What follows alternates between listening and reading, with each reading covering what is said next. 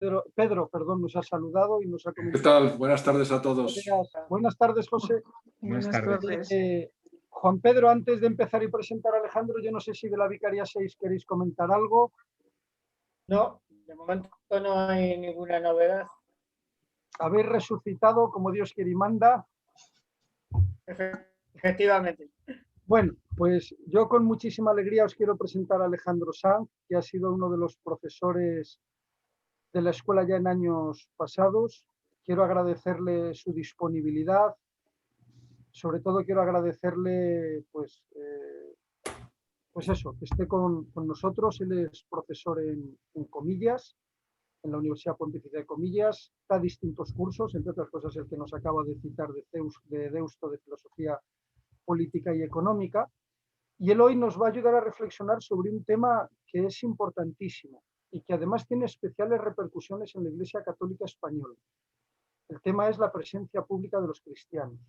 ¿Qué papel debemos de jugar los cristianos en el espacio público, en la esfera pública? Fijaros si el tema tiene trascendencia y si tiene recorrido. Digo que es un tema que tiene especial repercusión y especial trascendencia en la Iglesia Católica Española.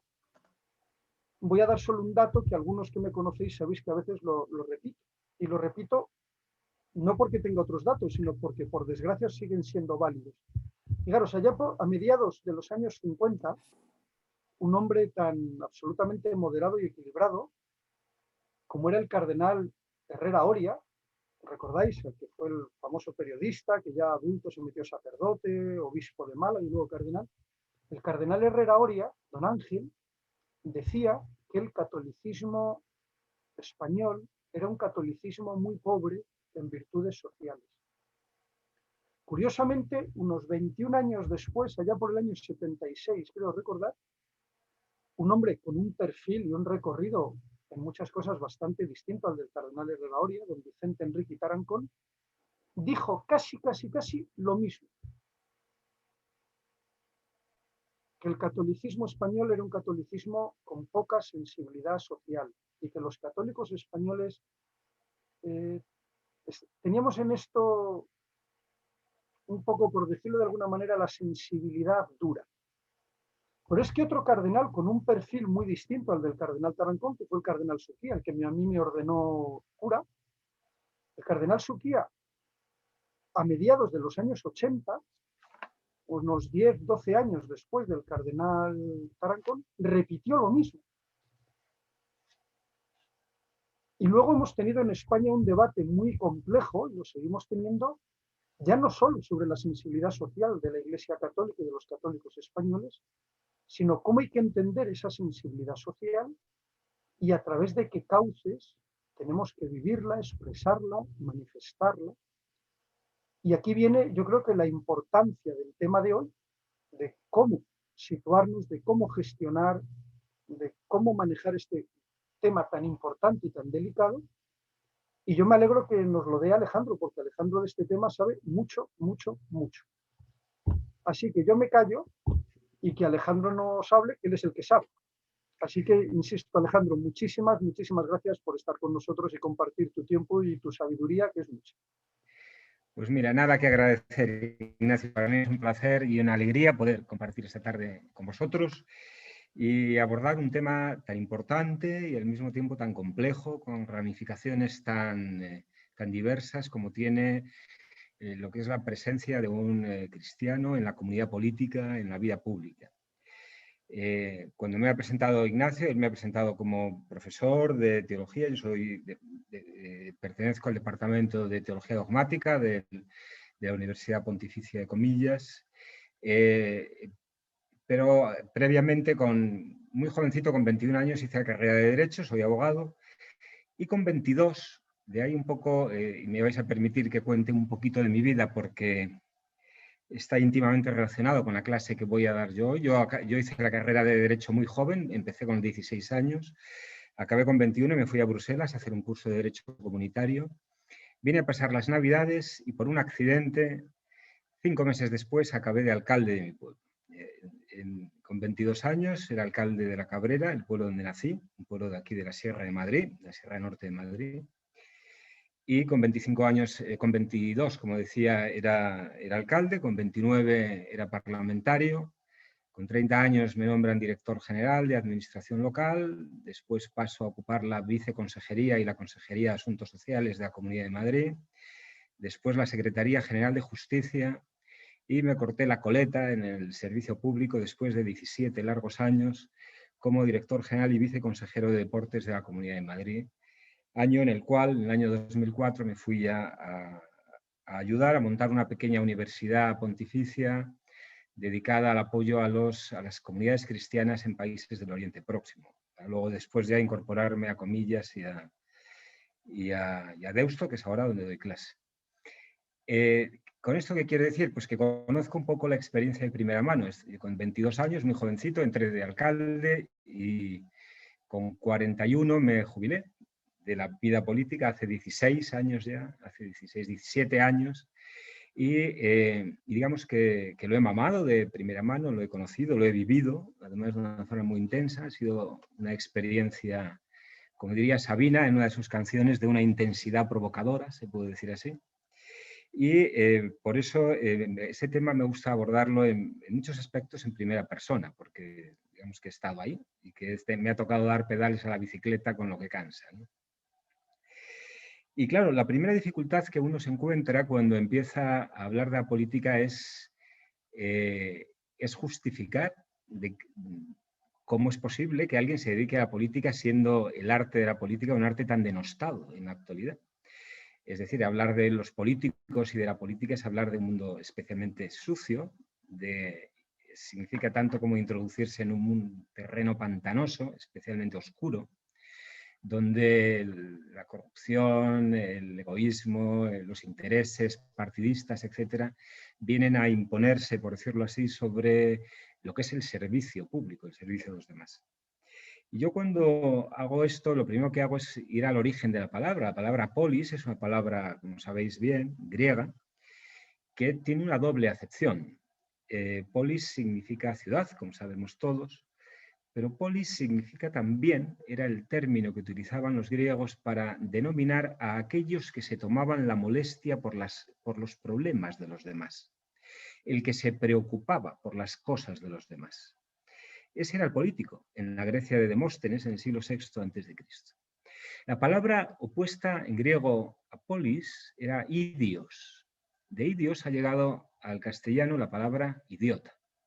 El idiota era el que solo se preocupaba de sus cosas, de lo suyo. Era la palabra antinómica a polis, por decirlo así. Y además estaba condenado al avergonzamiento público, lo que se llamaba la ostraca, que de ahí viene ostracismo, el oscurecimiento público de esa persona, y a un destierro de 5 años. Es decir, que nos encontramos en los orígenes que la política es el noble arte de la política. Tenemos al político, que es el que se preocupa de las cosas de los demás, al idiota, que solo se preocupa de lo suyo, de sus cosas.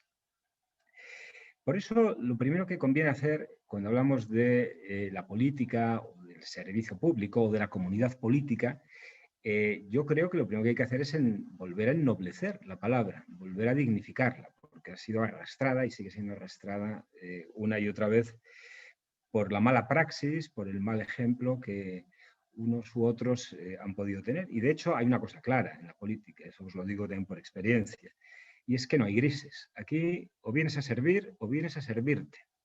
O vienes a dar o te lo vienes a llevar. Es así de claro.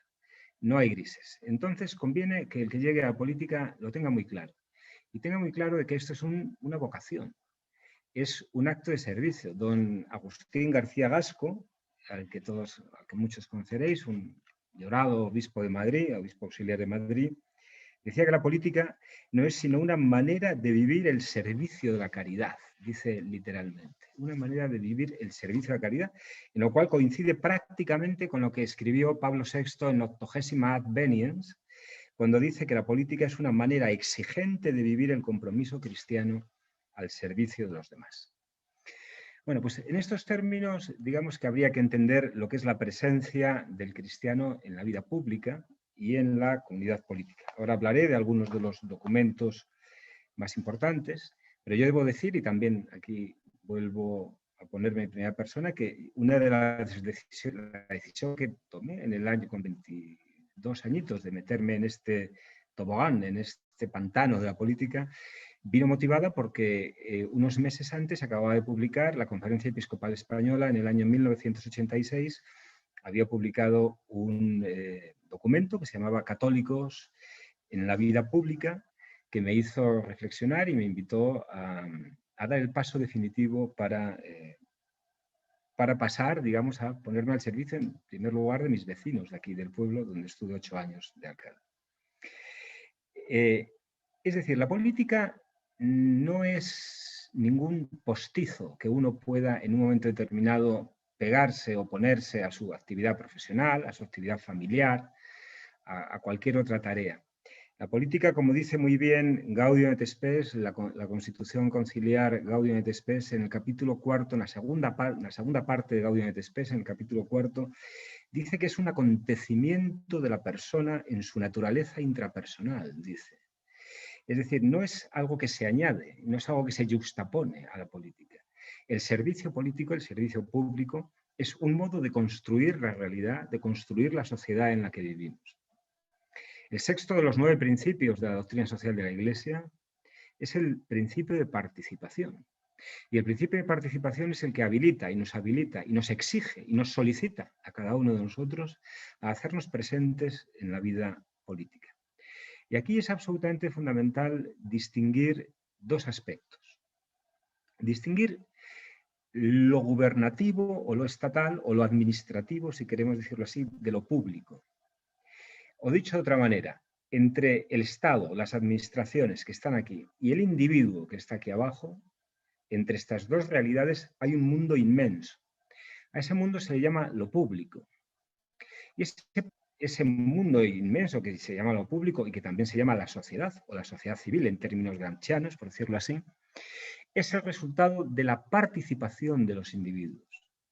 Es decir, no hay, o mejor dicho, conviene distinguir con absoluta claridad la esfera de lo gubernativo, la esfera de lo estatal, de lo administrativo, de la esfera de lo público. Porque lo público les pertenece a las personas, les pertenece a los individuos, absolutamente a los individuos, y es el resultado de la participación, de ese principio de la doctrina social de la Iglesia, que es la participación. Mediante la participación se construye la sociedad. Mediante la participación se crean asociaciones, se crean fundaciones, clubes deportivos, empresas, universidades, es decir, 1000 realidades de todo tipo que no tienen nada que ver con lo gubernativo y que le pertenecen a los ciudadanos y que si los ciudadanos abdican de esa tarea que tienen de construir precisamente la sociedad civil, o lo público, será el Estado, que es como una bicha insaciable, tiene una vis atractiva y una vis expansiva absolutamente devoradoras, a que se lo vaya tragando. ¿Un Estado totalitario qué es? Un Estado totalitario no es otra cosa que un Estado que se ha apoderado completamente, lo gubernativo se ha apoderado completamente de la sociedad, de lo que es la sociedad civil en su conjunto. De modo que es absolutamente importante distinguir lo gubernativo de lo público, porque lo público es para nosotros, es para las personas, y nosotros lo tenemos que construir. Y dentro de esa construcción se encuentra también, sin duda alguna, lo que es la política y el servicio público, por decirlo de alguna manera.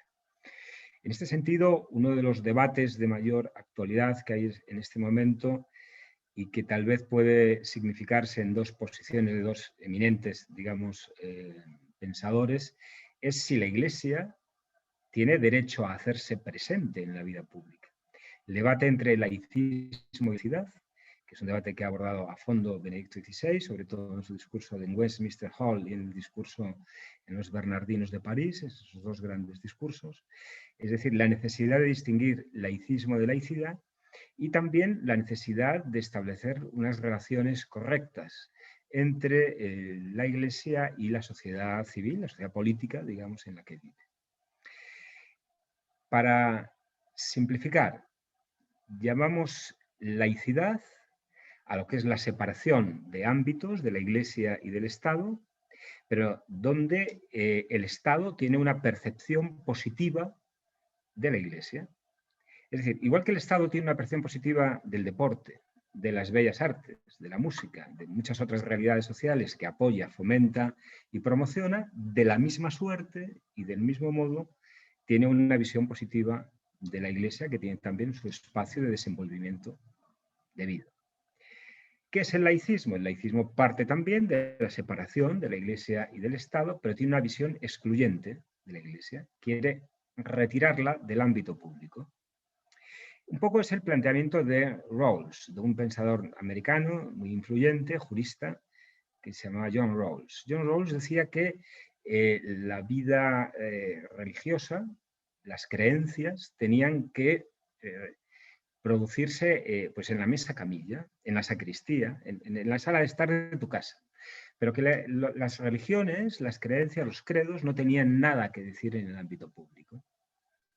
Por contra, está Jürgen Habermas, un importante pensador y filósofo alemán, quien dice que es absolutamente fundamental contar con la opinión de los credos y de las iglesias, ya no hablamos solamente de la Iglesia Católica, de las iglesias en general, porque él entiende que la presencia y el juicio de las iglesias en la vida política es un prerequisito, dice él, un prerequisito de la democracia, y que sin ellas ni siquiera podría hablarse propiamente de democracia.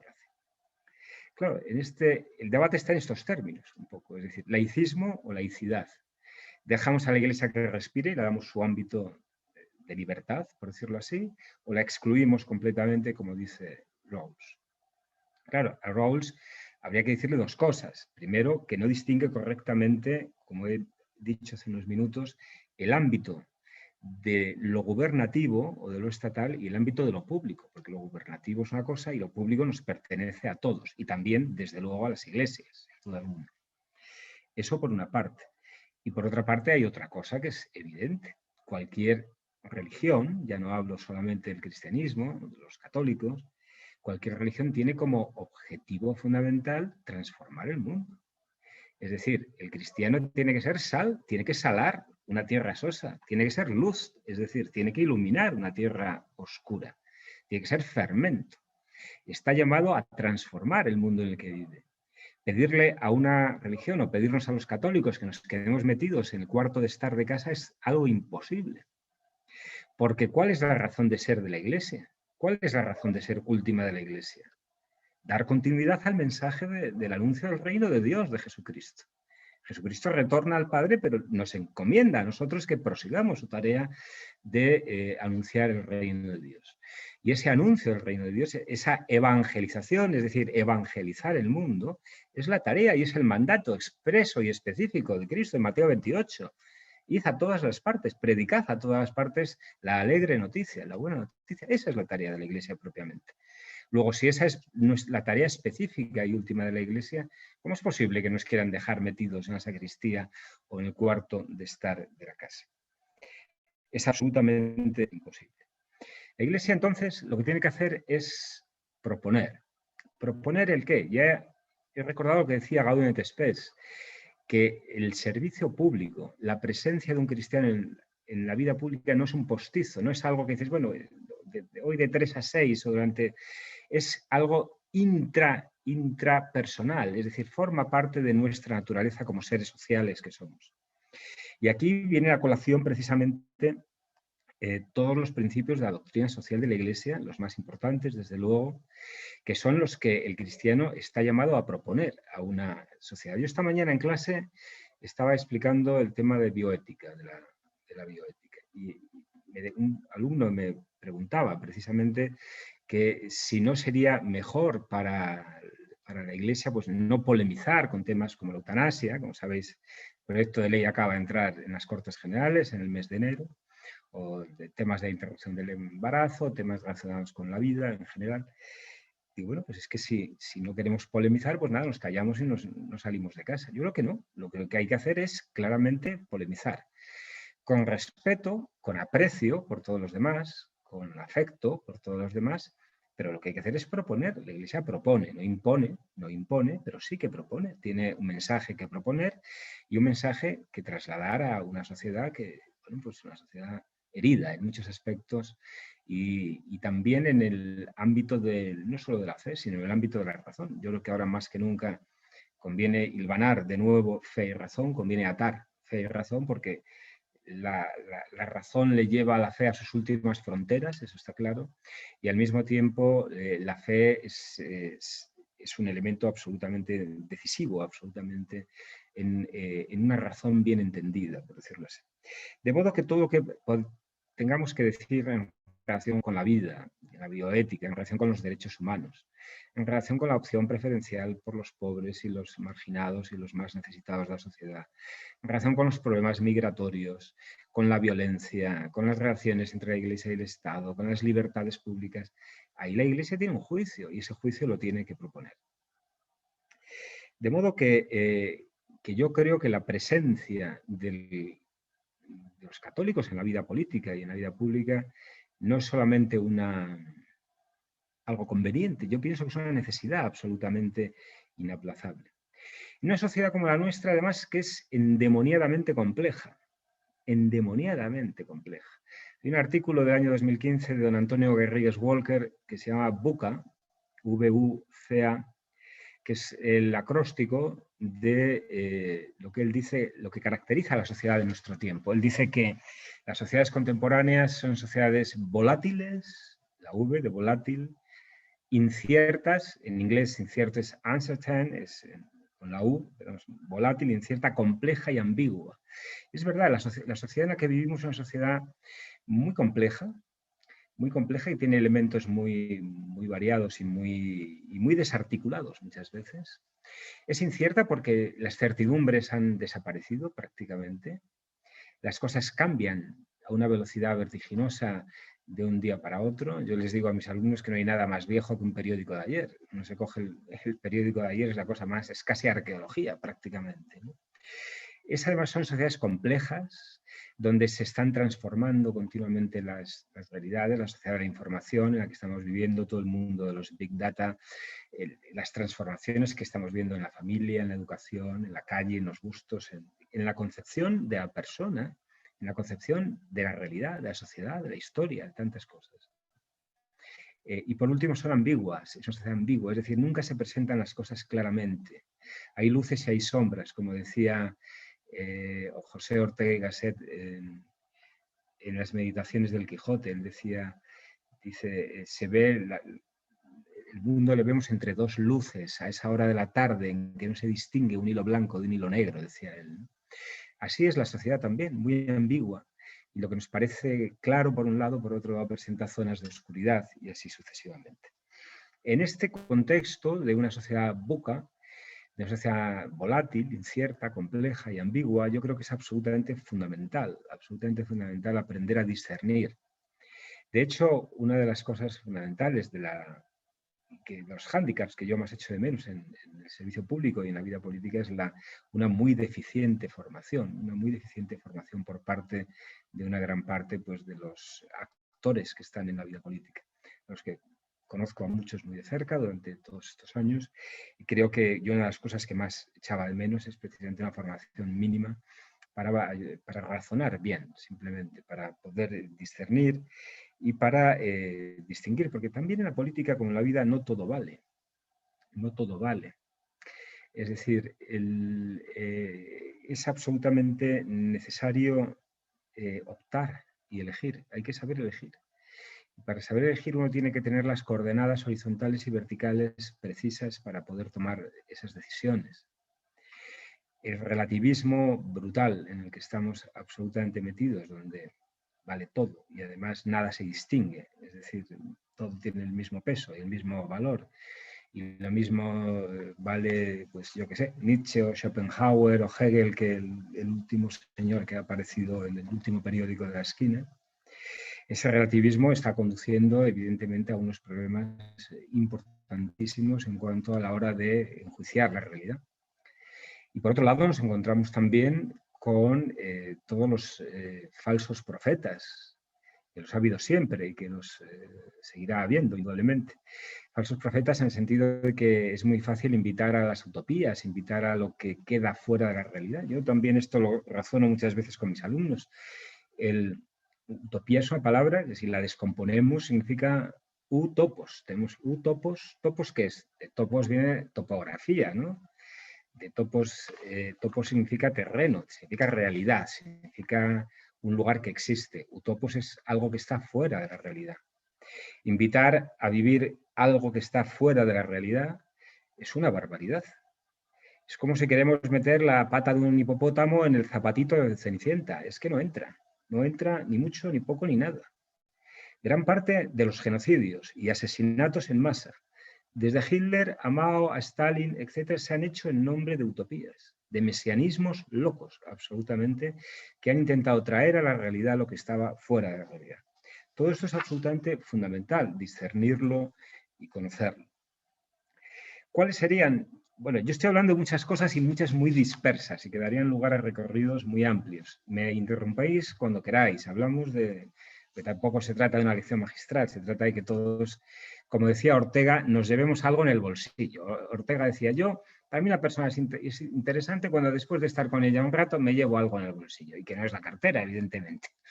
Es decir, que todos podamos aprender un poco. Entonces, pues nada, podemos hablar con absoluta confianza entre todos nosotros.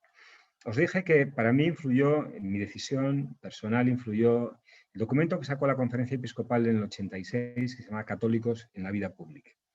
Conviene un poco para saberlo que hay tres importantes documentos que hablan sobre la presencia del católico en la vida, comunidad política. El primero es una encíclica del Papa Pablo VI, Evangelii Nunciandi, una encíclica fundamental, muy importante, sobre la evangelización.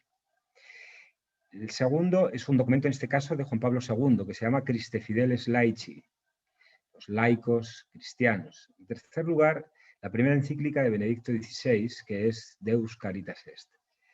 Estas tres encíclicas, junto con una nota que saca la Congregación para la Doctrina de la Fe el 24 de noviembre del año 2002, sobre el compromiso y la conducta de los católicos en la vida pública, son documentos importantes a la hora de un poco de plantear la cuestión del requerimiento y de la solicitud que se nos hace a cada uno de los católicos para hacernos presentes en la vida pública y sembrar en la vida pública. Sembrar, fermentar, transformar en la vida pública. También me gustó mucho un mensaje que Benedicto XVI dedicó mucho tiempo a todo este tema de la laicidad, del laicismo y de la presencia de los cristianos en la vida pública, al Pontificio Consejo para los Laicos, en el mes de mayo del año 2010, donde insta a los cristianos, dice literalmente, a ser testigos de Cristo en la comunidad política y a contribuir decisivamente con la inteligencia de la fe a transformar la realidad humana, a cuyo pleno desarrollo venimos solicitados. Y junto con todo esto están, por un lado, la Constitución dogmática Lumen Gentium en el número 31, pero fundamentalmente la Constitución pastoral Gaudium et Spes del Concilio Vaticano II, en el capítulo cuarto de la segunda parte, como decía, y en otros artículos más, por ejemplo, en el artículo 42, el 43, el 45, el 34, donde dice, por ejemplo, Lumen Gentium 31 habla específicamente del deber de participar en la vida, en la comunidad política. Dice, el cristiano está llamado a santificar las realidades temporales. En Gaudium et Spes 34 leemos que el mensaje cristiano nos impone el deber, habla de nuevo de deber, de edificar el mundo. O en Gaudium et Spes 43, cuando dice que no hay excusa para descuidar las tareas temporales, por decirlo así. Es decir, ya el concilio nos presenta un gran marco para la participación desde la libertad, desde el respeto a otras opciones, evidentemente, pero para la necesidad de plantear la doctrina cristiana en la vida pública. ¿Cuáles serían los 9 ejes, digamos, más importantes para de la doctrina social de la Iglesia, sobre los cuales habría que enfatizar, habría que subrayar en la vida pública? Pues, en primer lugar, y como una luz cenital, una luz que procede de lo alto y que ilumina todos los rincones de toda la reflexión de la Iglesia, está la dignidad del ser humano. Homo homini sacra res, le decía Séneca a su amigo Lucilio en una carta que le mandaba. El hombre es cosa sagrada para el hombre. es absolutamente sagrado, desde el emperador del Japón hasta el más menesteroso que os podáis imaginar. Todos los seres humanos son sagrados. Y de la dignidad, arranca absolutamente la dignidad del ser humano, la reflexión amplia que hace la Iglesia sobre todas las realidades temporales, sean cuales sean. Decía, una realidad que además en el caso de la Iglesia se concreta en una opción preferencial por los pobres, por los más vulnerables, por los más necesitados. Es decir, ¿cuál es el nervio óptico fundamental de la doctrina cristiana? Es el amor, la caridad. La caridad está en el centro. Acordaos de esa frase maravillosa de San Agustín, cuando decía "in necessaris unitas indubis libertas et in omnibus caritas", decía, en lo esencial, unidad, en lo no esencial, libertad, y en todo, en lo esencial y en lo no esencial, absolutamente en todo, haya caridad. Es decir, la caridad, el amor es el centro, es el eje absolutamente del discurso cristiano. Y Agustín lo decía, eso, acordaos también del ama y haz lo que quieres, y si ríes, reirás con amor, y si perdonas, perdonarás con amor, y si corriges, corregirás con amor, porque la única medida del amor es amar sin medida, decía Agustín, ¿no? Es decir, ese amor hacia el otro, que es, digamos, el tuétano de esa dignidad que le estamos reconociendo. La dignidad es el punto de llegada y el punto de salida, el punto de partida y el punto de llegada de toda la reflexión social del cristiano. La dignidad de todas las personas sin excepción. El segundo aspecto es la dimensión relacional de la persona.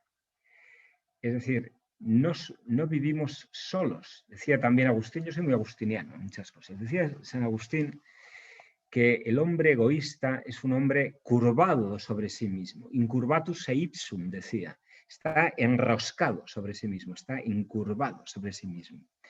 Al contrario, el hombre cristiano tiene que abrirse completamente, tiene que ponerse en relación con el tú. Eso Levinas, Manuel Levinas, uno de los grandes filósofos y pensadores del siglo XX, nos decía que la más alta gloria, con estas palabras, dice, el gesto de libertad más alto. Y la más alta gloria de una persona es reconocerse en el tú, en el prójimo. Eso es decir, la relación, la dimensión relacional de la persona. Hay un poema de Pedro Salinas, me parece que en el libro suyo de La voz a ti de vida, me parece que se llama, donde dice Salinas que no podemos vivir en los pronombres personales, yo, me, mí, para mí, conmigo, yo, me, mí, para mí, conmigo. El hombre tiene que vivir abierto absolutamente a los demás, está convocado a relacionarse, está convocado a darse, está convocado a amar. Me acuerdo precisamente de una frase de Stendhal, este poeta, bueno, escritor, este narrador francés del 19, muy bonita, decía, no amar cuando nos ha sido dada del cielo, decía él, un alma hecha para el amor es privarse a sí mismo y privar a los demás de una gran felicidad. Es como si un naranjo no floreciera por temor a cometer un pecado, decía él. Es decir, el amar es una necesidad humana, el darse a los demás es una necesidad humana. Yo esta mañana cuando hablaba de eutanasia con mis alumnos les comentaba que el problema de la eutanasia, como sabéis muy bien, no es que el paciente quiera morir, lo que no quiere es vivir como vive. ¿Y cómo vive? Pues con muy poco amor, con muy poco afecto y luego además sin cuidados paliativos, que en España hablar de los paliativos es hablar de música celestial completamente. Es decir, amar es una necesidad, la relación de compartirse, de relacionar. Yo os he traído un poema de John Donne. John Donne es un poeta inglés del siglo XVI, nada menos. Como Shakespeare ha oscurecido a todos los que estaban a su lado, nadie conoce a Marlowe, nadie conoce a John Donne, etc. Son maravillosos escritores ingleses. Y John Donne, que vivió entre 1572 y 1631, tiene un poema que se llama Devociones para las ocasiones emergentes, se llama así. Y dice lo siguiente, dice, ¿quién no echa una mirada al sol cuando atardece? ¿Quién quita sus ojos del cometa cuando estalla? ¿Quién no presta a una campana oídos cuando por algún hecho tañe?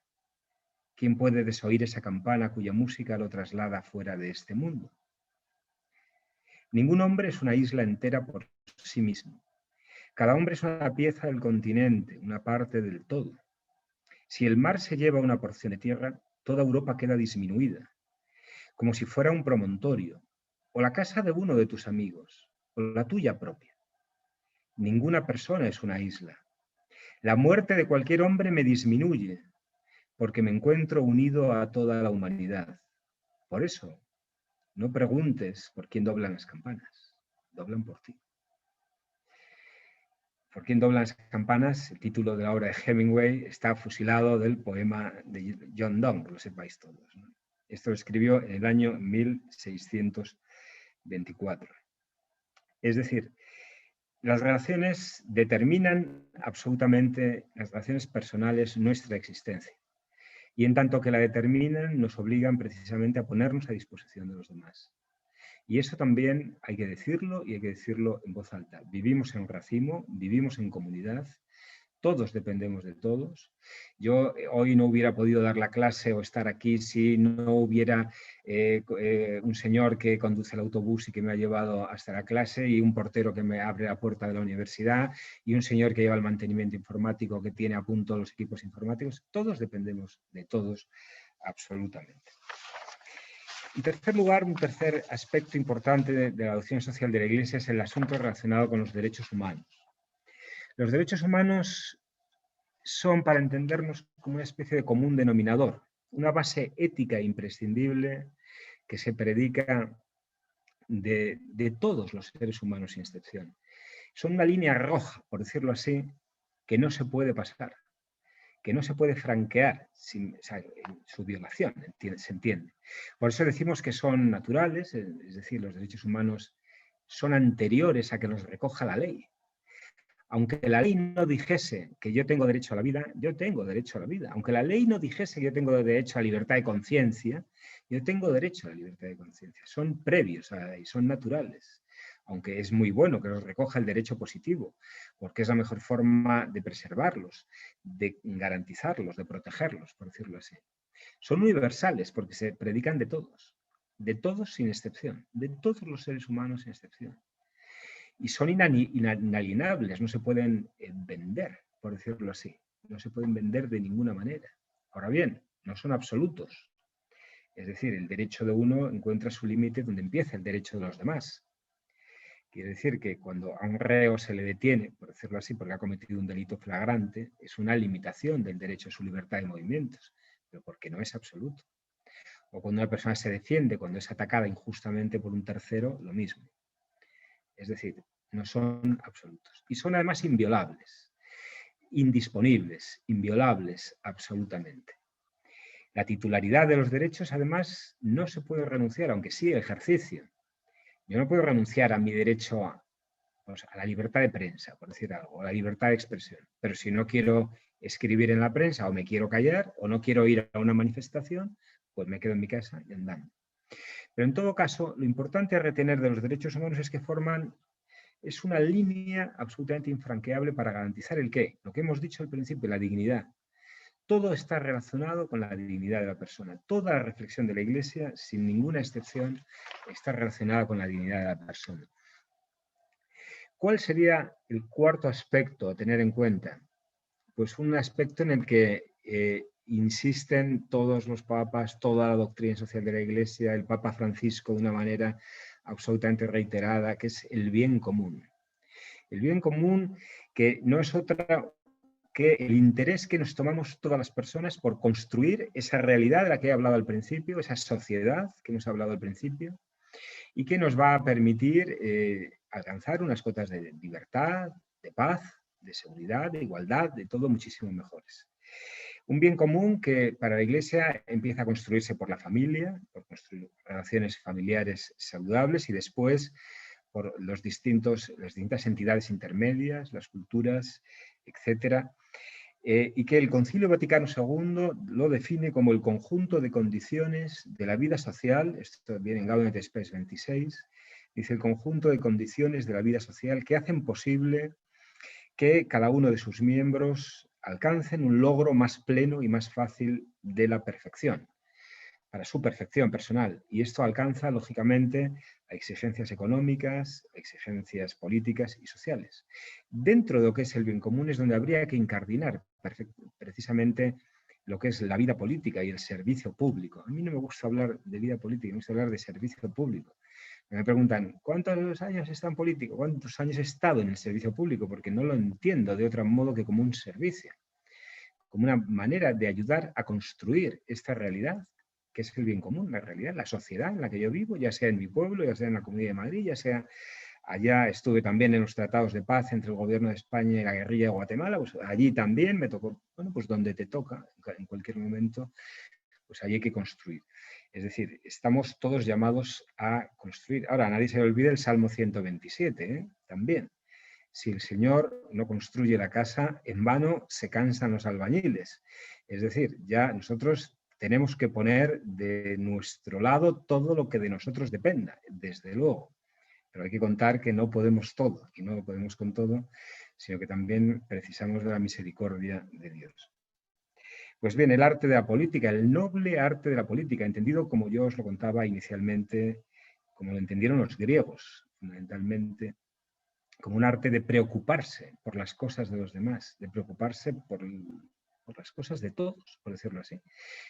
El no ser idiota, el no preocuparte solo de lo tuyo y absolutamente de lo tuyo, habría que ubicarlo en este marco precisamente de la construcción del bien común, de la construcción de la realidad comunitaria en la que todos vivimos. Una realidad comunitaria que es compleja, como os decía, que además se constituye orgánicamente, que tiene múltiples necesidades y que a esas múltiples necesidades hay que asignarle múltiples respuestas también para resolver todos estos problemas que tenemos. Es decir, tenemos problemas medioambientales, problemas sociales, sanitarios, problemas económicos, sociales, de todo tipo. Pues la sociedad tiene que estructurarse. La Iglesia habla en este caso de lo que es la constitución orgánica de la sociedad. La sociedad tiene que vertebrarse de manera que pueda dar una respuesta eficiente y eficaz a todos los problemas que van surgiendo y que se nos presentan cada mañana, cada día, en cada momento, por decirlo así.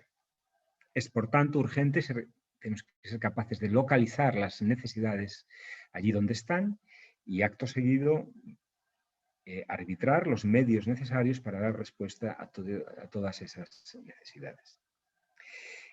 El sexto punto, del que ya he hablado bastante también al principio, es el de la participación. La participación describe la relación del individuo con el grupo al que pertenece. Gracias a la participación construimos la sociedad. Gracias a la participación elegimos a nuestros representantes parlamentarios. Gracias a la participación es posible crear un club de fútbol o crear una asociación de amigos de la ópera o lo que queráis. O gracias a la participación ayudamos a Manos Unidas o a Cáritas o a cualquier otra organización en sus múltiples tareas, con nuestra colaboración, con nuestro tiempo, con nuestro dinero, con nuestras capacidades, con nuestro talento, por decirlo así.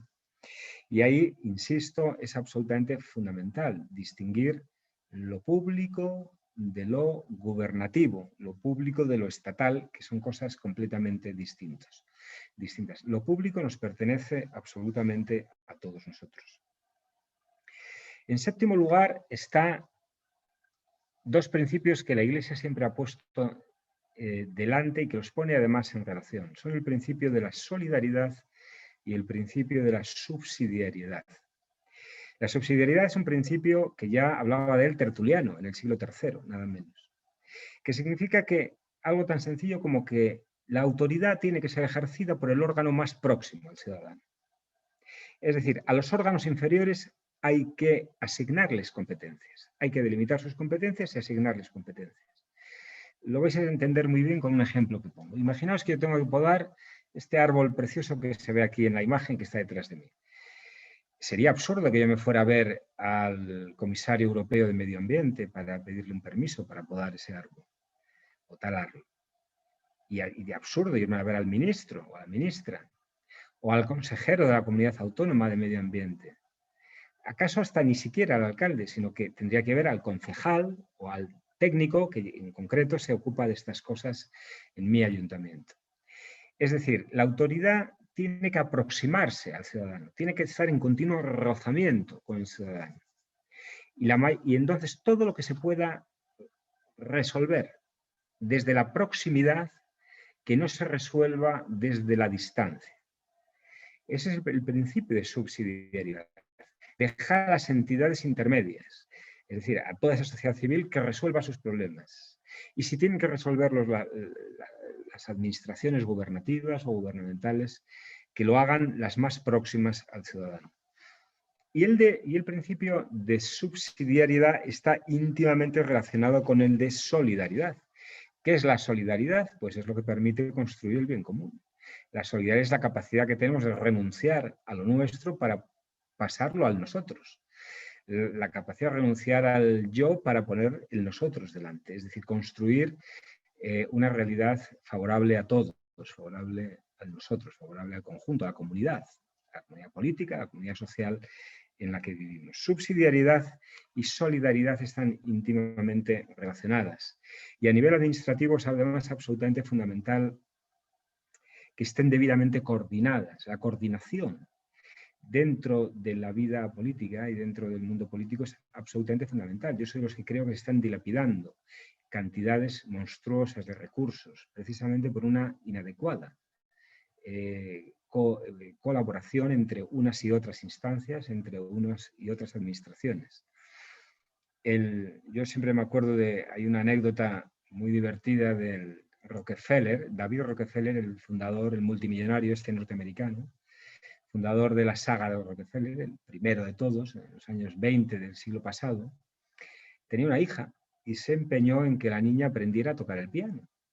Entonces la mandaron a la criatura a aprender a tocar el piano, y cuando más o menos ya entendieron que sabía lo suficiente, organizó una gran gala en Manhattan, allí en Nueva York, para la puesta en escena de la niña al piano. Y para eso invitaron a don Leopoldo Stokowski, que era el director de la Filarmónica de Filadelfia y luego fue de la Filarmónica de Nueva York, que era el mejor y más importante director de orquesta en aquel momento en el mundo prácticamente.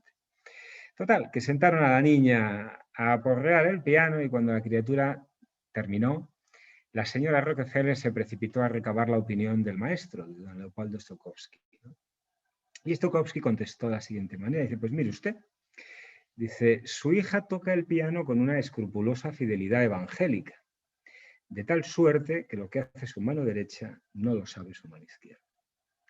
Es decir, para que la música suene bien, para que esto suene propiamente, es absolutamente necesario que las dos manos se entiendan, que las dos manos coordinen un poco las cosas. Por último, ya no me extiendo más, la Iglesia habla también del carácter humano de las estructuras. ¿Qué es el carácter humano de las estructuras? El carácter humano de las estructuras significa que nada es más importante que el ser humano. Cuando vemos cómo, por ejemplo, un montañero un fin de semana se ha ido a la Pedriza y se ha quedado colgado y hay que desplazar helicópteros, el SAMUR, los voluntarios del Ayuntamiento de Protección Civil, y decimos, pero tanto gasto, ¿se justifica? Pues sí, se justifica, porque lo importante es la persona. Cuando vemos como al pobre chavalillo que el año pasado se coló por un agujero, ¿os acordáis? Se coló por un agujero en 100 o 100 y pico metros y hubo que hacer un desmonte prácticamente de una montaña entera para intentar sacarlo, cuando ya prácticamente se sabía que saldría sin vida. ¿Eso merece la pena hacerlo? Claro que merece la pena hacerlo. Porque por muy importantes que sean las estructuras económicas, por muy importantes que sean las estructuras de cualquier naturaleza, nada hay más importante que el ser humano. El centro de toda la reflexión de la Iglesia es el ser humano, es la persona. Y el conjunto de todas las estructuras se ponen precisamente al servicio de la persona. Esto sería un poco una presentación de los grandes ejes, digamos, sociales más importantes que yo creo que conviene articular y que todos estamos llamados, cada uno en el mundo donde nos toca estar. Unos a lo mejor son alcaldes, pero alguno de vosotros es el presidente de un club de fútbol. Es decir, yo cuando digo servicio público no me circunscribo solamente a la política gubernamental o política gubernativa o parlamentaria. También se puede hacer política perfectamente participando en la vida social. Ya os digo, es un deber, dice el Concilio, es un deber que lo reitera varias veces, el hacerse presentes en la vida política. Sabéis además que en este momento nos encontramos en un contexto en Europa, estoy hablando en Europa, complejo. Lo que se llama o se viene llamando la apostasía silenciosa, Es decir, la pérdida de la fe es uno de los problemas más graves con los cuales nos encontramos en estos momentos. En Europa, estoy hablando, insisto, un país como Checoslovaquia, Chequia en concreto, el 91% de la población se declara no creyente, 91%. Un 70% de no creyentes en el Reino Unido y en los Países Bajos, estoy dando datos de estos días prácticamente. Una importante ciudad sajona como Magdeburgo, solo el 4,7% de sus habitantes creen, el resto no creen, sencillamente. Y el escenario por el que nos deslizamos es un escenario especialmente inquietante en este aspecto, ¿no? Es decir, esa crisis de fe, ese desarraigo, por decirlo así, de las raíces de la fe, es una cosa que está presente, que lo vemos. Sí, podemos mirar para otro lado si queremos, no pasa nada, ¿eh? Pero evidentemente la evangelización, lo que se llama ahora la nueva evangelización, es una tarea absolutamente fundamental que tenemos que acometer y también tenemos que acometer en la vida política. A mí me sorprende y me escandaliza cómo prácticamente ningún político en el estrado parlamentario es capaz de presentar siquiera una reflexión cristiana sobre temas que serían el de la eutanasia mismamente, que estamos ahora mismo en el mes de enero, que ha sido presentado en las Cortes Generales, ha comenzado su tramitación parlamentaria en el Congreso. Yo no he oído ningún discurso específicamente cristiano donde se recojan, grosso modo, por decirlo así, que tampoco hace falta que decir esto dice la Iglesia y repetirlo, no, simplemente hay que iluminar la inteligencia de la fe, que se llama. Hay que iluminar la razón desde la fe y hay que contribuir precisamente a que ese debate se enriquezca debidamente. Sin embargo, pues prácticamente no, yo al menos no lo he visto. Por tanto, me gustaría insistir en algunas cosas. Y lo digo porque estoy hablando de muchas, son las 7:30 y me gustaría escucharos también a vosotros o hablar de otras cosas. En primer lugar, la importancia y el deber de participar en la vida social y en la vida pública y en la vida política. No hace falta que os reitere lo que dicen los textos conciliares, las distintas encíclicas papales, el llamamiento del Papa Francisco continuamente a hacernos presentes y proponer el mensaje de Cristo a la sociedad de hoy, que es una sociedad sedienta, una sociedad que tiene sed y que no acierta a saber por dónde anda ni por dónde marcha. Tenemos que saber también que el cristiano es un ciudadano de pleno derecho, es decir, no nos es nada ajeno. Todo lo que pasa nos importa. No hay cosa más estúpida que decir que yo paso de algo. No pasamos de nada. Incluso el que dice que pasa está tomando una posición concreta. Tampoco pasa de nada. Todo nos importa. Y como todo nos importa, tenemos que ser capaces de generar opiniones, generar criterios, de influir y de plantear todas aquellas cosas que entendemos que nos ayudan a construir una sociedad mejor, más humana, más digna, una sociedad más vividera para todos. Nada nos es ajeno. Hay que saber que el horizonte que tenemos, el único horizonte que tenemos es preservar la dignidad de la persona y procurar y alcanzar el bien común. A veces, muchas veces, a costa de lo nuestro, evidentemente. Es que eso, volviendo al tema del amor, que decía antes, amor es dar. Es que si doy para que me des, es que eso no es amor, eso es un trueque, eso es un negocio. No, es dar a sabiendas que no vas a recibir nada a cambio, absolutamente. Porque es la única manera de poder construir el bien común. Tenemos que ser coherentes. Ya he dicho que aquí no hay grises. En la vida política no hay grises. O a servir o a servirte. No hay vuelta de hoja. Hay grises en muchas cosas de la vida, pero en la vida política yo no conozco otra cosa que el que viene a dar o el que se lo viene a llevar. Prácticamente no hay más. Tenemos que transformar el mundo. Tenemos que ser sal, tenemos que ser luz, tenemos que ser fermento. Es decir, acordaos lo que dice la parábola de los talentos en Mateo 25. Es decir, tengas 1, tengas 7, tengas 17, los talentos tienes que ponerlos al servicio de los demás, absolutamente. Tenemos que recordar también la importancia de la libertad, que es el don más grande que nos dieron los siglos. De hecho, los derechos humanos no es otra cosa que la realización de la libertad y de la justicia, propiamente dicha. Una libertad, la libertad del cristiano, que como dice el Código de Derecho Canónico en su epígrafe 227, lo tenemos a nuestra disposición en todo lo relacionado con lo temporal. Y también esto está relacionado con lo que dice Gaudium et Spes 42, que habla de la autonomía de las sociedades. Toda la creación tiene sus propias reglas, sus propias normas, y está bien que esto sea así. Está bien. Pero esa creación que decía Karl Rahner es una creación continua, propiamente dicha creación, no es que Dios creara el mundo y se desentiende absolutamente de todo, ¿no? La creación, nosotros estamos llamados a ser continuadores de la creación de Dios. Somos los continuadores de la creación de Dios, porque entre otras cosas estamos llamados a la comunión con Él.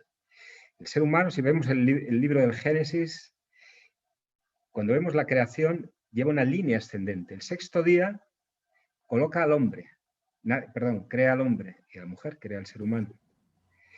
Es una criatura, pero le llama a la comunión con el Creador. Está en una posición inestable, absolutamente. Siendo criatura, está llamado a la comunión con el Creador. Lo que decía San Ireneo, Dios ha hecho hombre para que el hombre se haga Dios, evidentemente. O lo que decía Santo Tomás, estamos en vía para llegar a impatria. ¿Cuál es nuestra patria? La casa de Dios, decía Tomás de aquí. Pues es decir, estando precisamente ahí, el ser humano tiene que ser capaz de comprender la autonomía de todo lo temporal, pero tiene que saber también de que estamos llamados a regresar a casa, a recuperar esa semejanza perdida, a volver a la casa del Padre, por decirlo así. Por último, me parece que es fundamental absolutamente formar rectamente la conciencia de las personas, ayudar a pensar, ayudar a discernir. Yo me pregunto por qué nadie se para ya a preguntarse nada. Nadie se pregunta nada, absolutamente. Es necesario pararse, es necesario hacerse preguntas. Decía el poeta Rainer Maria Rilke que más que amar las respuestas hay que amar las preguntas mismas, decía él. Y es así. Vamos a hacernos 4 preguntas, porque no hay viento favorable para el que no sabe a dónde va. Es imposible, completamente. Tenemos que saber dónde queremos ir. Y cuando sabemos dónde queremos ir, tenemos que poner los medios para llegar justamente allí. Termino simplemente con lo que decía Pablo VI en Octogésima Adveniens, que he dicho antes. La política es una manera exigente de vivir el compromiso cristiano al servicio de los demás. Una manera, decía Agustín García Gasco, de vivir el servicio de la caridad. Y con esto me gustaría abrir un poquito el debate. No sé si he cumplido las expectativas o queréis que ahonde en algunos aspectos más concretos. Bueno, a vuestra disposición. Pues muchísimas gracias, Alejandro, por tu reflexión y por la cantidad de ideas que nos has aportado. Y ahora, bueno, como él nos ha dicho y ya tenemos experiencia de otras sesiones de formación, pues es el turno de preguntar, de pedir ampliaciones a cualquiera de los puntos que ha señalado.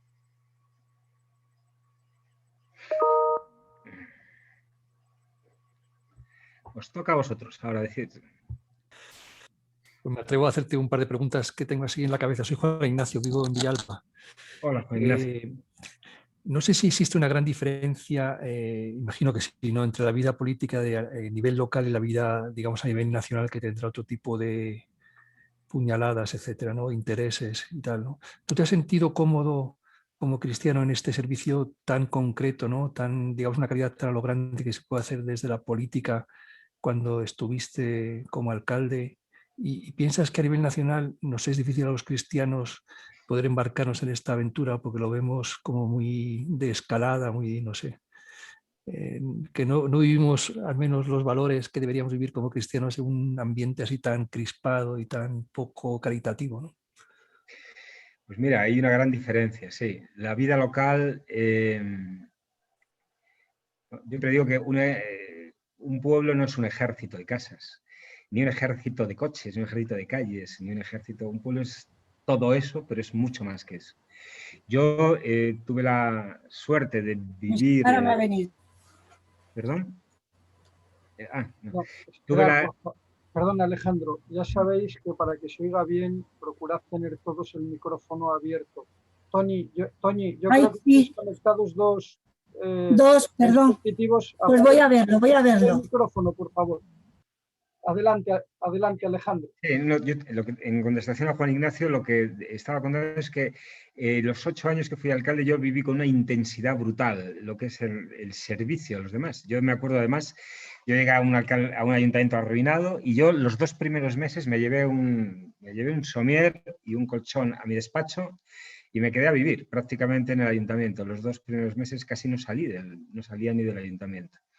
Y yo me dejé la vida y me la dejé con toda la alegría del mundo, pero me dio una gran felicidad. Es decir, a mí mis vecinos de mi pueblo me devolvieron 100 por 1, porque yo es verdad que hice lo que pude y más de lo que pude, creo, porque fueron años de una intensidad tremenda, esos 8 años. Pero recibí al mismo tiempo, fui correspondido, y ojo, con días de sal y días de azúcar, que hay de todo. Esto no es una cosa fácil, nadie ha dicho que lo sea y no lo es. Pero es verdad que la vida local te permite, le pones rostro a los problemas, les pones rostro a las personas, a los temas. Y esa cercanía indudablemente hace que sea mucho más rica, por decirlo así, el servicio a los demás. Cuando desde ahí pasas ya a la Comunidad de Madrid, yo, por ejemplo, cuando estuve al frente de servicios sociales, pues claro, dependían de mí todas las residencias de ancianos en aquel momento de Madrid. Estoy hablando del año 99, año 2000, todos los discapacitados, los centros de discapacitados, de inmigrantes. Claro, ahí yo tenía más de 40.000 personas trabajando para mí en ese momento. Cuando fui director general de Administración Local, yo tenía que hacer inversiones en municipios que se daban a la cabeza de 160.000 millones de pesetas al año prácticamente. Entonces, empiezas a trabajar en otros contextos, en otros estratos, por decirlo así, pero yo también creo que incluso ahí se puede hacer bien. Eso sí, pierdes esa proximidad, ese contacto, ese roce, por decirlo así, pero pienso que se puede hacer mucho bien también en estos otros lugares. Ahora, son espacios completamente distintos y diferenciados. Nada que ver. Yo me quedo con el primero. Nati, creo que ibas a hacer una pregunta.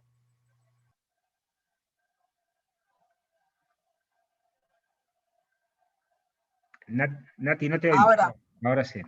Me oís ahora, ¿verdad? Hola. Vamos a ver, antes, al principio casi de tu intervención, has comentado una cosa que comparto 100%, pero que es muy desalentadora. Y es un poco la idea de que todo el mundo vale para todo y sin formación. Yo veo en los políticos en general, no me centro en ningún partido ni en ninguna persona en concreto, pero en los políticos en general yo observo una falta de preparación, de formación tan brutal que yo ya tengo unos años, tengo 66 años y ya estoy jubilada, pero yo he hecho falta pues los personajes tan potentes, de alguna manera, que teníamos pues, en los años 70, cuando en España se supone que finalmente llegó la democracia, 70, 80, políticos de todos los colores con una formación y una fuerza de transmitir lo que suponíamos entonces que era para el bien común del ciudadano. Y yo creo que todos estábamos bastante convencidos de que así era, cada uno con sus ideologías y demás. Pero además de eso, cuando has comentado, he ido apuntando algunas ideas de las que has dicho, de las que has iniciado o has comentado, que es, a ver, la formación. ¿No creéis que el hecho de esta falta de formación o de esta formación tan superficial, tan de no entrar en los problemas, ¿no creéis que es intencionada? Yo a veces pienso que es que algo de intencionalidad hay y que desde luego los colegios privados, subvencionados, etcétera, todo está muy ligado con la ley de educación de reciente aprobación y Fausto, recuerdo desde luego, que los colegios católicos, los colegios de formación cristiana, tampoco, no sé cómo decirlo, no sé cómo expresarlo, tampoco se ve su reflejo en esa vida política o pública, mejor dicho, que deberían de tener las personas que se han formado en este tipo de colegios, en estas características. Yo me eduqué en un colegio de monjas, en mi época así se decía, y desde luego nunca he renegado, no es que fuera un colegio maravilloso, ni de, como digo yo, de alto standing, pero siempre me ha parecido que recibí una formación estupenda, católica, cristiana, y que, bueno, pues me ha servido para el desarrollo profesional de mi vida. También soy licenciada en Derecho y toda mi vida he ejercido en una empresa pública como abogada de empresa. Pero yo es que ahora veo que cada uno va a su interés personal, y no solamente en la política, sino en cualquier aspecto de la ciudadanía, de las relaciones sociales, etc. Es un poco lo que has dicho antes. Bueno, un poco has abordado dos temas. Por un lado, la formación de los políticos. Creo que lo he dicho antes, la formación de las personas que se dedican a la actividad política en este momento es lamentable, directamente lamentable. Yo he conocido a muchos compañeros que no tenían los mimbres mínimos para poderse desenvolver, para leer un texto incluso. Yo me acuerdo de una comparecencia parlamentaria en la que estuve donde dije: la verdad es la verdad, la diga Agamenón o la diga su porquero, que es una frase muy conocida, y me saltaron: ¿me está llamando usted a porquero? Digo: señor, estoy diciendo una frase de Sócrates que dice que la verdad es la verdad, la diga Agamenón, la diga su porquero. Es decir, ahí tiene una dificultad de formación, una dificultad de raciocinio, incluso espectacular. Es decir, es una evidencia que los políticos de ahora son unos mantas, son muy malos en general. No, aquí no hago distingos, en general son muy malos y que vienen muy mal formados. ¿Por qué? Porque la democracia española ha derivado en lo que se llama una partitocracia. Es decir, ¿quién manda? ¿Quién manda? ¿Manda el pueblo? Demos significa pueblo, democracia es el gobierno del pueblo. ¿Manda el pueblo? ¿Realmente manda el pueblo o mandan los partidos políticos? Y un día me encontré de viceconsejero, no voy a decir de qué, a un chico que solo le conocía porque era un chico muy servicial y nos traía los cafés a las reuniones. Siempre estaba ahí bien, subía, bajaba, tal. Y le digo: pero Pepito, digo, pero tú de diputado y de viceconsejero. Dice, con perdón, dice: no te jodes, dice, llevo 15 años llevando cafés, ya era hora que me tocara hacer algo en la vida política. Es decir, al final, el chico de los cafés, que seguro que lo hacía mejor que nadie, y con todo mi respeto hacia él, pues por estar allí con unos y con otros donde se cuece el cocido, pues al final termina de diputado. Evidentemente no tenía ninguna capacidad para serlo, pero como al final el diputado se limita a alzar la mano y nada más, se le pide una obediencia ciega, es decir, está por ver todavía que un diputado contraríe de alguna manera a su jefe de filas, pues bueno, la partitocracia es uno de los problemas más graves porque está debilitando gravemente la democracia. Ya de por sí la democracia occidental es bien distinta a la democracia americana. Sí, la democracia, lo que es la separación de poderes real, que nace ya de la Declaración de Derechos del Buen Pueblo de Virginia, del Buen Pueblo de Massachusetts, allá por 1776, y del Buen Pueblo de Maryland, y que se plasma en la Constitución norteamericana de 1787, ahí está verdaderamente recogida la separación de poderes. Ya las democracias europeas son democracias muy debilitadas, pero están todavía más debilitadas en este momento por la invasión de los partidos. Mandan los partidos políticos. Y dentro de los partidos mandan, dentro del partido, los que están dirigiendo ese partido. ¿Tú recuerdas, Nati, quién iba el segundo, el tercero, el cuarto, el quinto de la lista que has votado? Pues no, yo no lo recuerdo, no sé, evidentemente, ninguno lo recordamos. Pero eso desanima mucho a la hora de intentar participar. Sí, no, pero hay que participar, hay que cambiar, estas cosas hay que cambiarlas. Has hablado también del tema de la formación que se da en los colegios. Bueno, pues es que está todo metido, estamos un poco, es decir, no vivimos, yo siempre digo lo mismo, hay una frase del libro de Ortega y Gasset impresionante, de un libro de Ortega que se llama Las Meditaciones del Quijote, que dice lo siguiente, dice, está escrito en el año 1916, hace 105 años.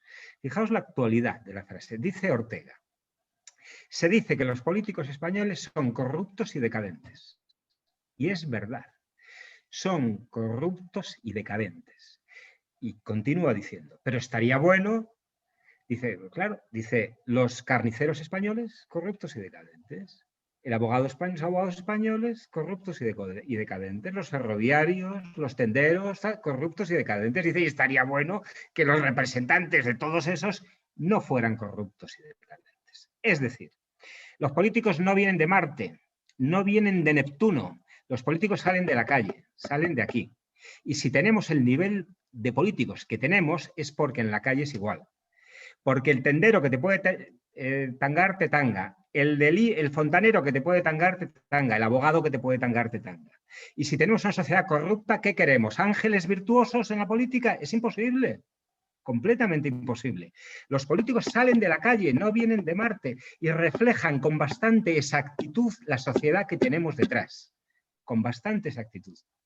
Entonces dices, ¿no hay formación de los políticos? Claro, porque no hay formación. Vamos a ver, yo me paso gran parte de mis clases masticando con los chicos cosas que tenían que saberse y que tenían que traer sabidas de casa y del colegio. Yo no puedo hablar de un Dios uno y trino porque no saben ni lo que es uno ni lo que es trino y todavía menos que Dios es uno y trino. Es que yo no puedo avanzar, voy muy retrasado en muchas clases porque tengo que ir masticándoles muchísimos conceptos que no dominan. Porque vienen con una formación muy deficiente, muy defectuosa. Y eso evidentemente se nota en la política, se nota en la televisión, se nota en todo, absolutamente. Sí. No, perdón, que me enciendo algunas veces, lo siento. No, es que comparto totalmente la reflexión, vamos. Es muy triste. Yo en el año, quiero comentar una anécdota a raíz de lo que acaba de decir Alejandro y luego quiero formularle dos preguntas. Yo en el año 2012, dando clases en comillas de pensamiento social cristiano, precisamente en la Facultad de Enfermería y Fisioterapia, en la clase de enfermería, que entonces dábamos las clases de ética social cristiana, creo que en segundo o tercero, el primer día de clase yo pregunté, ¿me podéis decir acontecimientos históricos fundamentales del siglo XX? Hablo de Facultad de Enfermería de comillas, ¿eh?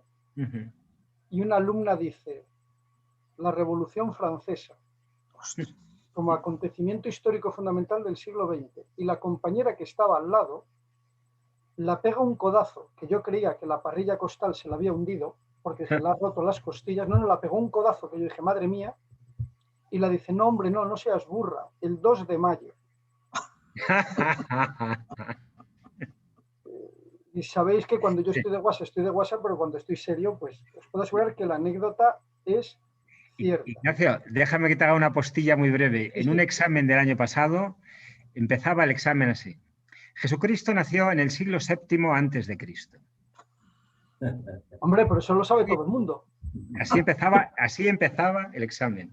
Bueno, yo te quería hacer, Alejandro, dos preguntas que evidentemente requieren mucho tiempo, pero sí que te agradecería al menos que nos dijeras dos pinceladas. Una de las cuestiones que echa a mucha gente de la Iglesia para atrás a la hora de intervenir en terrenos como la política, el mundo sindical, el mundo profesional, el mundo asociativo, es que evidentemente ningún partido, ninguna asociación, ningún sindicato, nada de nada, agota lo que llamaríamos o reproduce exactamente lo que llamaríamos las exigencias de la doctrina social de la Iglesia. Tú que has estado en política y tú que has ocupado pues una larga lista de cargos públicos, ¿cómo resuelve uno esos problemas de conciencia donde te das cuenta que si quieres, digamos, que permanecer inmaculado en la fe, pues casi no hay que salir de casa, y que si quieres contribuir a la res pública, pues a veces te toca lidiar con toros que a uno la conciencia pues probablemente le interpela? Y la segunda cuestión es, en este famoso debate, que ya lleva muchos años, sobre a la hora de esta dimensión pública de la vida cristiana y de hacernos presentes en la vida pública, el famoso debate entre cristianos de presencia y cristianos de mediación, entre ser titulares de obras que lleven el apellido católico o ser fermento en mitad de la masa. ¿Por dónde tú ves, un poco mirando hacia el futuro, por dónde tú ves que estarían un poco los caminos a recorrer? Vale, es un tema muy complejo, evidentemente, Ignacio. Vamos a ver. En cuanto al primer tema que has planteado, yo aquí me acuerdo de esa frase de de ya San John Henry Newman, ¿no? Cuando brindó, dice, brindo por el Papa, pero primero por mi conciencia. Yo en los 17 años que he estado en la vida política nunca he abdicado de mi conciencia. Nunca. ¿Por qué? Porque entiendo que la conciencia es la que me va a esculpir mi biografía personal. Y de hecho es la que nos esculpe nuestra biografía personal, la que nos modula de alguna manera. Renunciar a la conciencia es ya entrar en el mercado completamente, el mercado de todo, transaccionar con todo. Yo creo que lo que es absolutamente fundamental es, y esto la doctrina social de la Iglesia también lo hace, es tener criterios, prioridades y objetivos. Tenemos que saber dónde podemos transigir, en qué no se puede transigir y, por supuesto, que no se violente en ningún caso la conciencia. Yo he tenido la suerte, a lo mejor ha sido suerte, ha sido cosa mía, yo nunca he tenido en toda mi vida profesional en el servicio público la necesidad de violentar mi conciencia. Y lo que he tratado es de tener claramente jerarquizadas las cosas importantes y las cosas menos importantes. Yo me acuerdo de esa frase del vizconde de Talleyrand, sabéis que Talleyrand fue obispo con Luis XVI, estuvo con Napoleón, con Luis XVIII, con Carlos X, bueno, estuvo con todos. Él decía que la clave era negociar, negociar, toujours negociar, decía él. Hay que negociar, negociar, siempre negociar. Bueno, hay que negociar hasta donde se puede negociar, con lo que se puede negociar. Es decir, hay cosas en las que se puede transigir, porque no todos tenemos el mismo punto de vista. La construcción de una realidad de un comunitario trae consigo aportaciones diversas y al final se trata de que, bueno, muchas veces, como sabemos muy bien, lo posible excluye lo mejor en algunas ocasiones. Ahora, estamos llamados a iluminar esas reflexiones, a poner encima de la mesa lo que entendemos que es importante. O sea, no se trata de hacer una civitas cristiana al modo de San Agustín, de la ciudad de Dios de San Agustín. Se trata fundamentalmente de que las realidades temporales estén iluminadas y estén influidas también por una mirada cristiana y por no solamente por una mirada, también por un ejercicio cristiano de las cosas. Porque luego no basta con predicar, luego hay que dar trigo, además. Es decir, la coherencia es absolutamente algo fundamental.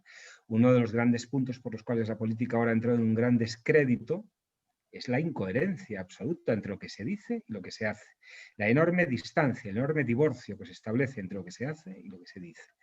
Entonces, por un lado, yo creo que no abdicar nunca de la conciencia. Y por otro lado, pues hombre, no digo que ser posibilista, como decían los jesuitas del siglo XVII, ¿no? Dentro de todas las disputas sobre la naturaleza y la gracia, ¿no? Con el posibilismo, pero saber que hay algunas cosas irrenunciables a las que no se puede renunciar, temas como la dignidad de la persona, como los derechos humanos, etcétera, etcétera, son temas irrenunciables, absolutamente, y otros que, bueno, pues que se puede transigir.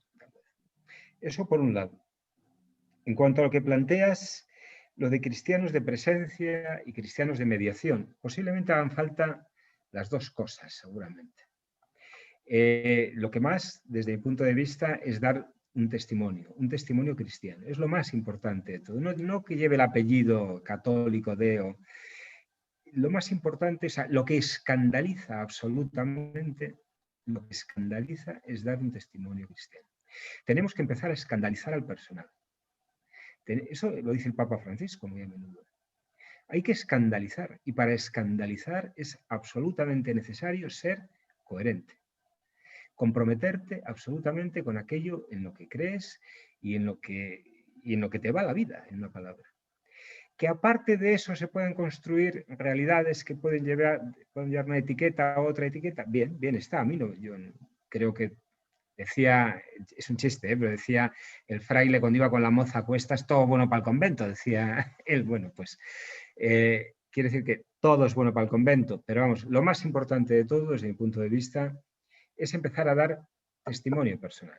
Mirad, yo tengo una vida muy complicada. Aparte de otras muchas cosas, yo me dedico de mi familia a la actividad turística. Yo en estos momentos soy el presidente de la Asociación de Empresarios de Campings de Castilla y León. Yo el domingo tuve una junta directiva por Zoom con los miembros de la junta directiva, con 13 o 14 personas, y lo primero que les felicité es la Pascua a todos. Se quedó alguno así. Dice, bueno, ¿cómo traes aquí a Dios? Me dijo uno. Digo, yo no traigo aquí a Dios. Digo, yo te voy a decir lo que tenía Carl Jung puesto en el dintel de su casa. Decía, vocatus ad quo non vocatus Deus aderit. Invocado o no, Dios se hace presente. Invocado o no. Así que como se hace presente, lo invoco. Y simplemente me permití, en una reunión profesional de empresarios de hostelería, que no tenía nada que ver absolutamente con la iglesia, dar testimonio de mi condición de cristiano. ¿Por qué no? Y no es que lo hiciera para nada, simplemente era el domingo de Pascua y quería hacerlo, simplemente. Entonces, yo creo que tenemos que empezar a escandalizar y tenemos que empezar a dar testimonio de aquello en lo que creemos y en lo que pensamos y en lo que nos va la vida, absolutamente. Lo demás, pues todo lo demás que venga, pues bien, bueno para el convento, ¿no? Es mi opinión un poco. Es complejo, ¿eh? Todo esto. En ese derecho que apuntabas de la Iglesia a estar presente, a que estemos presentes, y a ejercerlo con propuestas visibles, coherentes, etcétera, y testimoniales, ¿cómo es posible en esa situación de abandono, de apostasía silenciosa a la que hacía referencia, generalizada, o incluso de desafección en los propios creyentes que a lo mejor estamos en el día a día, ¿no? Entonces, ¿será posible que hagamos aportaciones creíbles con tan poco peso, es decir, con esa desbandada generalizada que apuntabas, que se está produciendo? Pues mira, el tema es muy complicado, José, y tiene un poco que ver también con algo que se me ha escapado de la respuesta a Ignacio de antes. Vamos a ver, hablar de nuestra sociedad como una sociedad cristiana es un cuento. Claro. Es un cuento. La sociedad en la que vivimos ahora mismo no es una sociedad cristiana. Lo fue. Lo fue de aquella manera, pero ahora mismo no lo es. Mi familia tiene un camping aquí en La Cabrera. Estos días de Semana Santa, con los cierres perimetrales, no ha salido nadie de Madrid. Le hemos tenido hasta arriba, 1000 y pico personas dentro del camping. Una familia ha ido a misa. Una familia ha ido a la misa de la parroquia. Es decir, 3 personas de 1200. Hablar de una sociedad cristiana es mentira. Y en ese sentido hay que hacerse a la idea de que vivimos en una sociedad post-cristiana. Claramente, ¿eh? Es decir, o tomamos conciencia con claridad del lugar en el que estamos, o no hay nada que hacer. O hacemos un diagnóstico correcto o no podemos hacer ningún pronóstico acertado. Para tener un buen pronóstico hay que tener un diagnóstico acertado. Y el diagnóstico es que vivimos en una sociedad profundamente secularizada, agnóstica, ni siquiera reconocen a la Iglesia como un enemigo. Es que ni la atacan, es que es la indiferencia absoluta. O sea, ya no es que no se molestan ni siquiera en atacar a la Iglesia o en decir que el Papa, les trae al fresco el Papa, el obispo, el cura, todo absolutamente. Es una sociedad completamente indiferente ante la realidad religiosa. Esa es la realidad. Y en este sentido, me acuerdo del análisis, no sé si habéis oído hablar de un filósofo marxista que luego se convirtió al catolicismo, que es MacIntyre, Alasdair MacIntyre. Alasdair MacIntyre tiene un libro fundamental que se llama After the Truth, después de la virtud, se llama así, que termina diciendo en el libro que tenemos que hacernos a la idea de volver a ser unas superminorías. Tenemos que hacernos a la idea de que vamos a ser de aquí a nada, mira, con datos que te he cogido antes, bueno, por ahí lo tengo, el 91% de los jóvenes británicos ya no creen en nada, absolutamente. 91%. Ojo, ¿eh? Es decir, el mundo, la Europa que hemos creído, ¿por qué fracasó la Constitución Europea del 2004? La Constitución Europea del año 2004, ¿sabéis un poco? Pío XII tuvo una enorme genialidad. Pío XII fue el que puso en marcha, después de la Segunda Guerra Mundial, el gran proyecto de la democracia cristiana. Y encontró a 4 personas absolutamente extraordinarias, que fueron Alcide de Gasperi en Italia, Konrad Adenauer en Alemania, Jean Monnet en Francia, en Bélgica y Schuman, Robert Schuman en Francia, que pusieron en marcha lo que se llamó primero la Comunidad Económica Europea. Primero fue la Comunidad del Carbón y del Acero. ¿Qué dijeron esta gente? Dice, no, la matanza tan atroz que se ha producido en la Segunda Guerra Mundial no puede volver a pasar. Esto no se puede volver a repetir. Tenemos que unirnos. Pero claro, ¿cómo unes a países que llevan sacudiéndose 600, 2000 años? Es imposible.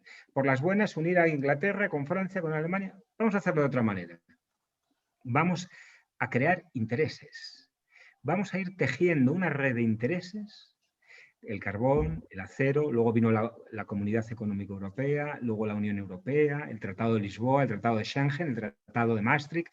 Fueron uniendo intereses, bienes, servicios, una moneda única, pim, pam, y cuando nos demos cuenta, estamos unidos, sin proponerlo como un objetivo inicial. Todo ese impulso, que se debe en gran parte a Pío XII, al crear lo que se llamó la democracia cristiana europea de la posguerra, por decirlo así, fue una genialidad absoluta y fue una manera decisiva, digamos, de influir en la realidad europea que tenemos ahora mismo. Pues bien, ¿qué es lo que quedaba para terminar ese proceso? La unión política. La unión económica se había alcanzado, ya teníamos el euro, el Banco Central Europeo, libre circulación de bienes y personas, Niza, Lisboa, Schengen, Maastricht, teníamos todo. ¿Qué nos falta? La unión política. ¿A quién le encarga la unión política? Un personaje, desde mi punto de vista, despreciable. Valéry Giscard d'Estaing, expresidente de Francia. El señor este que fue sobornado con los diamantes por el emperador Bokassa, el loco este que se nombró a sí mismo emperador de la República Centroafricana un día y apareció vestido ahí de Napoleón. Bueno, este señor soborna a Giscard d'Estaing y le costó la presidencia, que fue cuando ganó Mitterrand la presidencia francesa. Le encargan la Constitución Europea. ¿Y qué hace Giscard d'Estaing? Desarraigarla completamente. Europa no es más que el sumatorio del mundo greco-romano, es decir, de la filosofía, el pensamiento, el arte griego y el derecho romano, por un lado, y del pensamiento judeocristiano. La idea de la justicia de los judíos y la idea del amor de los cristianos.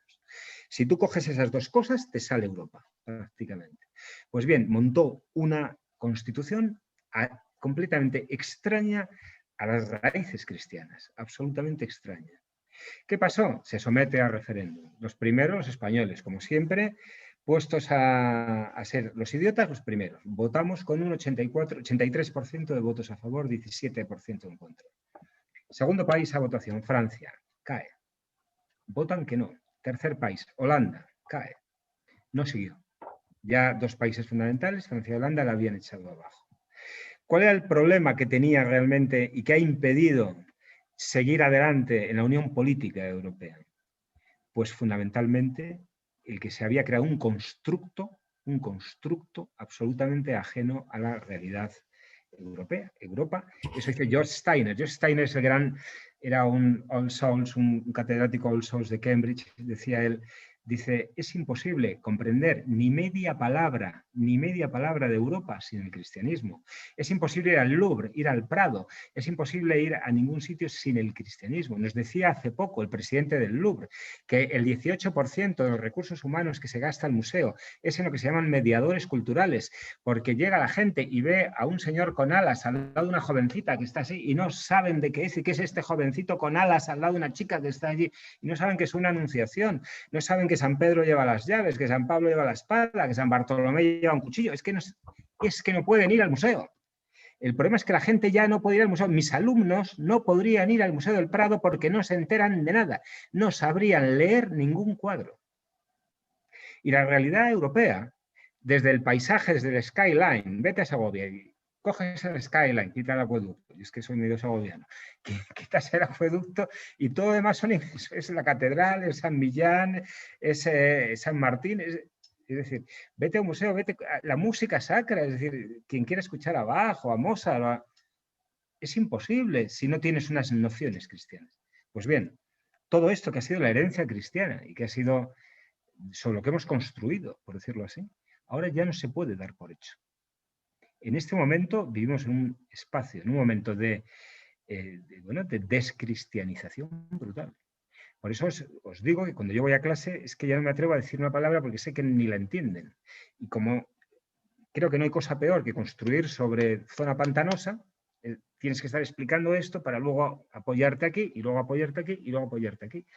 Pero desde luego no deis por hecho que vivimos en un mundo cristiano y España está, aquí somos siempre los más rápidos para todo, se está descristianizando a una velocidad tremenda y menos mal que todavía lo que se llama la religiosidad popular está frenando un poquito todo esto. Es decir, sacas al Cristo los gitanos o a la Esperanza Macarena y hay 1 millón de personas detrás, pero bueno, ya sabemos un poco lo que es todo eso.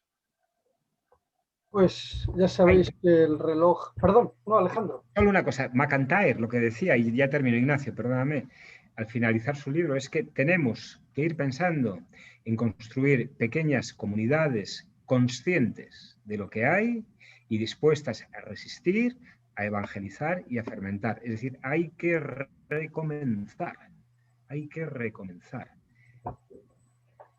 Pues, vamos a ver, se me ocurre, no sé si puedo.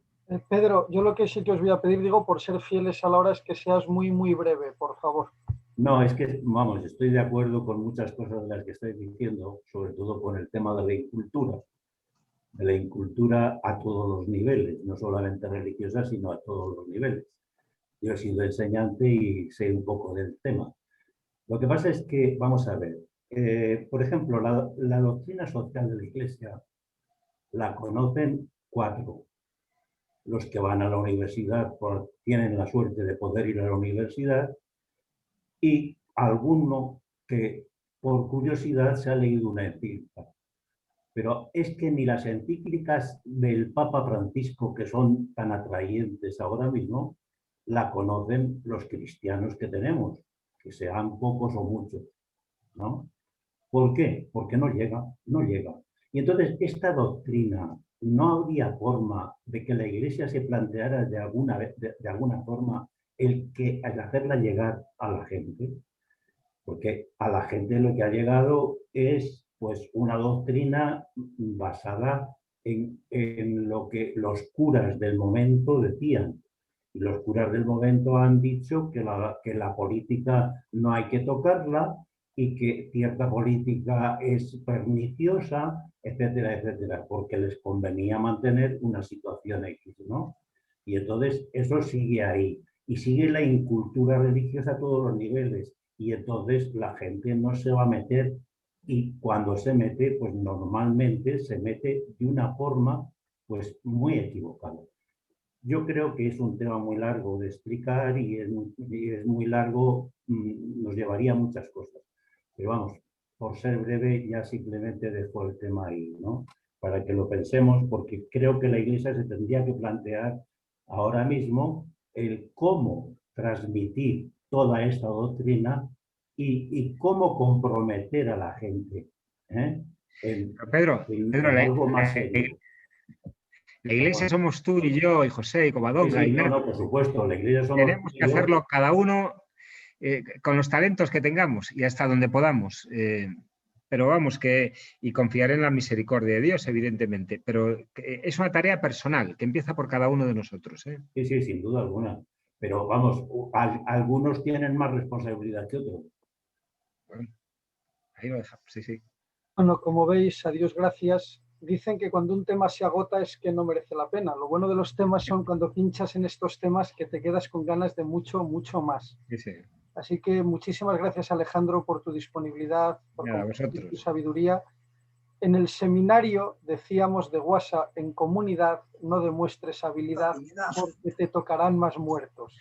Entonces, Alejandro, yo ya te amenazo. Me ha caído encima una buena, entonces. Ya te amenazo de seguir abusando de tu... Pues nada, cuando queráis, para mí ha sido una alegría y poder compartir este rato con vosotros. Os deseo felices Pascuas y una buena semana a todos y a vuestra disposición, de verdad. Muchas gracias, igualmente. Muchísimas gracias de corazón a todos, como siempre, agradeceros pues vuestra presencia, el buen ánimo, el que seguimos entre todos construyendo en la línea de lo que decía Pedro, pues de que bueno, pues cada uno vamos aportando nuestro granito de arena en que la doctrina social de la Iglesia no sea simplemente unas cuantas cosas escritas en unos cuantos libros. Como decía Alejandro, por supuesto, muy felices Pascuas, muy feliz Pascua de Resurrección a todos. Sabéis que el tema que tendremos en mayo, que ya será el último de este curso, será sobre la dimensión social de los sacramentos. El profesor será Lino Emilio Díez Valladares, que es el profesor de liturgia de aquí del Instituto Superior de Pastoral, que sabéis que es la sede de teología de la Pontificia de Salamanca en Madrid. Así que hasta ese día, pues por favor, cuidaros mucho y muchísimo ánimo y un abrazo grande para todos. Buenas tardes. Un abrazo, feliz Gracias. Pascua. Hasta luego. Feliz Pascua. Adiós. Muchas gracias. Muchas